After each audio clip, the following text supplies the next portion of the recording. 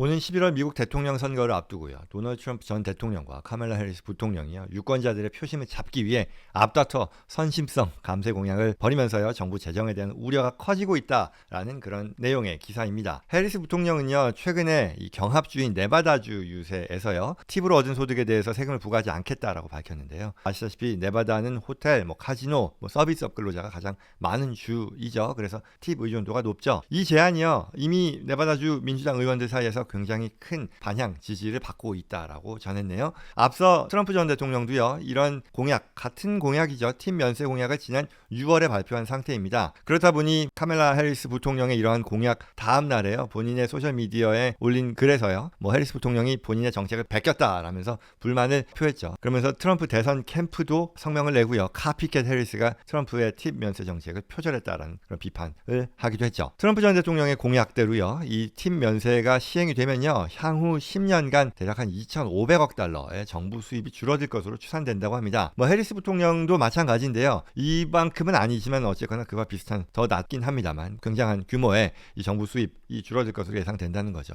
굳이 차이를 말하자면 해리스 부통령의 팁 면세 방안은요. 소득세만 면세하고 소셜 시큐리티 텍스 있잖아요. 요거는 그대로 과세한다라는 그런 차이는 있긴 합니다만 그럼에도 굉장한 감세이긴 하겠죠. 그래서 고임금 근로자들이요. 임금을 팁으로 받는 방식으로 또 세금을 피할 수도 있거든요. 그러니까 임금 소득은 과세이지만 팁 소득이 비과세가 되면 이걸 일반 임금이 아니라 팁으로 이제 다시 리앨로케이션을 한다는 얘기잖아요. 그러면 세금을 피할 수 있으니까 결과적으로는 혜택을 보려는 게 원래는 저소득 이 서비스 근로자를 대상으로 했었던 건데 이게 제도가 또 악용이 돼서 정작 도움이 되어야 할 이런 저소득 노동자들에게는 도움이 안 될 가능성이 크다라고 지적한 거죠. 말씀드린 대로 납세자가 이 자신의 임금을 팁으로 분류할 수 있게 되면 법을 악용하는 게 되니까 이걸 어떻게 또 근본적으로 막겠느냐 이 문제가 남는다라는 얘기죠. 자, 팁 소득의 비과세 면세뿐만 아니고요. 딴 것도 계속 나옵니다. 차일드 텍스 크레딧이요. 자녀 세액 공제죠. 이러한 선심성 감세 공약일 텐데 추가로 이 공화당의 부통령 후보 제이디 벤스 상원 의원은요. 최근에 또 이 자녀 1인당 이 세액 공제 차일드 텍스 크레딧 규모를요. $5,000로 확대하겠다라고 밝혔는데요. 이건 지금 현행 공제 액수가 $2,000니까요. $3,000가 더 많은 거죠. 그리고 조 바이든 대통령의 어떤 제안이 최근에 또 있었단 말이죠. 그거보다도 더 큰 거니까요. 최근 상원에서도 이러한 내용을 다뤘는데 공화당 소속 의원이 지금 굉장히 반대했었다고 합니다. 기존의 공화당 입장과도 상충되는 거죠. 그러니 이런 것들이 모두 다 선심성 감세에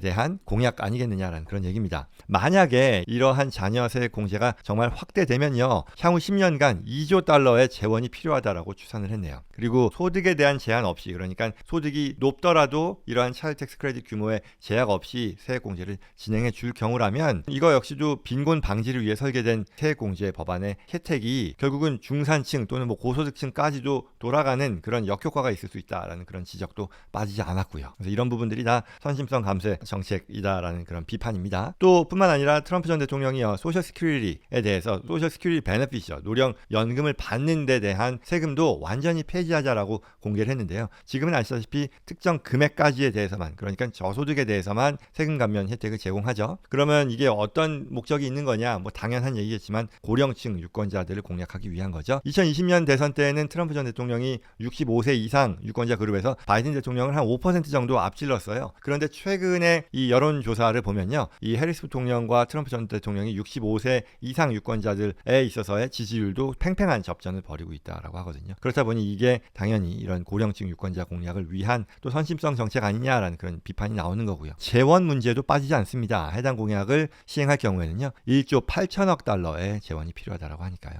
이 자체가 어떤 소셜 시큐리티 시스템 자체에 대한 어떤 불안 내지는 위험에 빠뜨릴 수 있는 그런 대상이 아니겠느냐라는 그런 우려도 나오는 거죠. 그래서 민주당 공화당 할 것 없이요. 이렇게 무분별하게 선심성으로 세금 깎기를 경쟁에 나서면 이에 대한 비판이 나올 수밖에 없는 건데요. 미국 국가 부채가 사상 처음으로요. 35조 달러를 돌파한 상황이죠. 이러한 부채가 점점 더 늘리는 이들의 공약을 두고 논란이 일고 있다는 얘기입니다. 비영리 단체인 책임연방예산위원회라는 곳이 있는데요. 비판을 하기를 바이든 대통령이요. 세액 공제, 자녀 세액 공제를 원하고요. 그리고 더 나아가서 벤스 상원 의원은요. 더 큰 규모의 자녀 세액 공제를 원하고요. 트럼프 전 대통령이 팁 면세라는 것을 얘기하니 해리스 대통령도 같은 이야기를 또 이어서 한다라는 거죠. 결국 정치인들이 이러한 무책임한 발언들을 하면 누가 이 모든 비용을 지급하겠느냐라는 그런 문제를 제기하는 거죠. 결국 별다른 재원 대책 없이 표심만을 노린 포퓰리즘성 공약에 불과하다라는 그런 비판입니다. 그래서 실제 미국 재무부가요 국가 대차 대조표의 보고서를 발표하면서요 총 부채가 35조 달러가 넘었다고 발표했는데, 이러한 이 국가 부채는요 2034년에는요 56조 달러를 넘어설 것으로